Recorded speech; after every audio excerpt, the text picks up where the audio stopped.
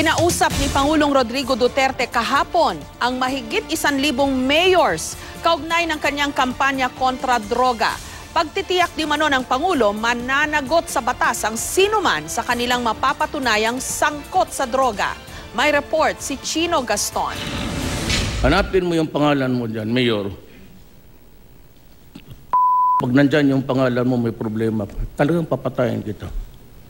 Either you resign or make a clean breast of everything, come up with a clone nose and we'll talk. Matapang ang banta ni Pangulong Rodrigo Duterte nitong Lunes sa mga lokal na opisyal na kabilang sa listahan ng mga sangkot umano sa droga. Kahapon kasunod ng New Year Vandener, pinulong ng Pangulo sa Malacanang ang mga alkalde mula sa iba't ibang lugar sa bansa. Sakay sila ng mga bus papunta at paalis ng palasyo. Saan ka mo sa meeting? Maganda naman.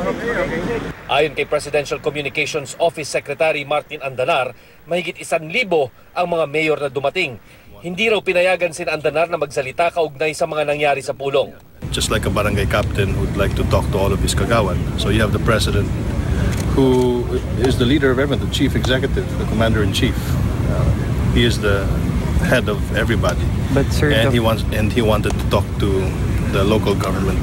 Sabi ni Presidential Spokesperson Ernesto Abella, ginawa ng Pangulo ang pulong para personal na ipahatid ang kanyang posisyon kontra kriminalidad at iligal na droga.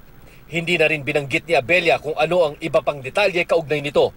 Pero ayon sa ilan sa mga dumalo sa pulong, gaya ni Malolos City Mayor Christian Natividad, sumentro ang kanilang pag-uusap sa droga at ang mga politikong sangkot daw dito.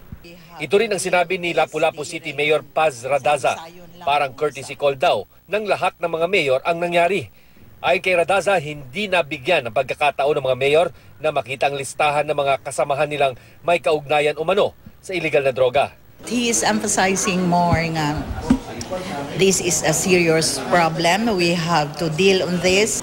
Sabi ni Ayungin Negros Oriental Mayor Edsel Enardecido na presidente ng League of Municipalities of the Philippines, tiniyak sa kanila ng Pangulo na mananagot sila sa batas kung mapatunayang sangkot sila sa droga. Ang bilin daw sa kanila ng Pangulo, paigtingin pa ang kampanya kontra droga at gamitin ang intelligence funds para rito. Pagtitiyak daw sa kanila ng Pangulo, kung magkakasala kayo in line with the campaign against illegal drugs, I am behind you. Kung matatanggal kayo, kung kakasuhan kayo, kung makonvicted kayo, i-absolve ko kaagad dito sa presidential pardon. Chino Gaston, GMA News.